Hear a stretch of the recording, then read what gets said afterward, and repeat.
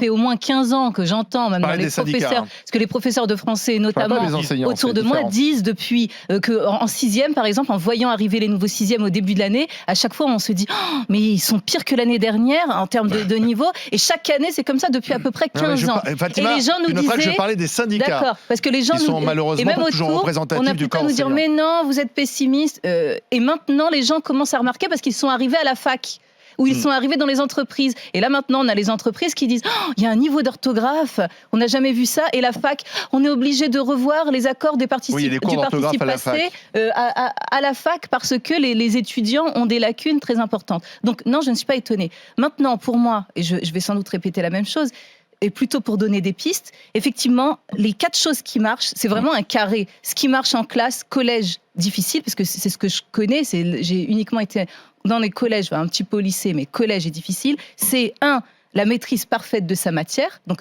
un prof de français qui connaît sa matière, c'est la moindre des choses, mais je le rappelle parce que parfois on a des vacataires où c'est pas le cas. Excuse-moi, tu as les profs de français qui ne connaissent pas leur matière. Non, qui ne maîtrisent pas. Demander.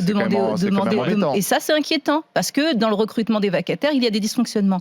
2, une finesse psychologique. C'est-à-dire, c'est un métier de finesse, c'est de l'humain. On n'est pas en train de gérer des cartons, donc il faut. Et finesse psychologique, ça veut pas dire être la nounou, faire des bisous aux enfants. C'est être à l'écoute, savoir les voir, un rapport humain. Et ça, c'est très important. C'est le deuxième. La deuxième chose. Ça fait partie des prérogatives oui. Alors là, bon, pour moi, c'est la base. Mais vous n'êtes pas formé à ça. Pédagogie, vraiment la pédagogie. Et 4, la justice et la rigueur disciplinaire. C'est-à-dire que là, on voit des enfants, un enfant sur 2 se plaint du chahut. En France, c'est 1 sur 3 dans les autres pays, et ils perdent à peu près 1 mois à cause du chahut pour rétablir l'ordre. Et surtout, un enfant, on peut nous dire « Ah, c'est le bruit pédagogique ». Non, c'est du bruit. Qui dit ça ? C'est du bruit. Alain Mérieux dit ça ?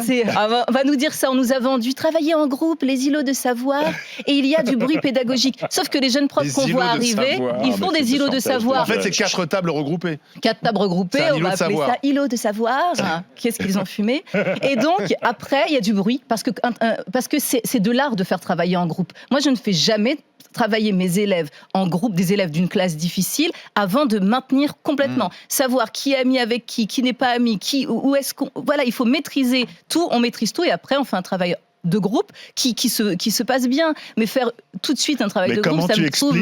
Comment tu expliques que les pays, en l'occurrence la Chine, puisque la Chine est vraiment la grande gagnante de ce classement, comment tu expliques qu'ils ne sont pas confrontés à ce genre de regardez dans les conseils, quand on dit la formation, parce que c'est mignon, enfin, ce que dit notre ministre en disant la formation et la formation continue. On dirait le mot magique, formation. Mais qu'est-ce qu'il y a derrière cette formation ? Moi, je me souviens parfaitement de mon collègue, je le salue, Yves, qui me racontait voilà, pour la gestion de classe, il s'est dit, tiens, mes élèves sont très difficiles, je vais aller me former sur gestion des élèves difficiles. Autorité. Il a attendu. Le formateur, déjà, n'avait pas vu d'élèves depuis au moins 1980 ou 1960, donc des enfants de 2017 ou 2019, autant dire qu'il voyait ses propres enfants, qui n'étaient même pas du même milieu social, donc c'est très différent. Et donc, il écrivait autorité, du latin, donc il a donné l'étymologie d'autorité, il a fait tout un blabla sur l'autorité, après... Il a fait un tour de table, comme les alcooliques anonymes. Et vous, qu'est-ce que vous en pensez ? Donc les jeunes enseignants qui étaient là pour avoir des réponses, ils se retrouvaient en disant non, il n'y a pas de réponse toute faite.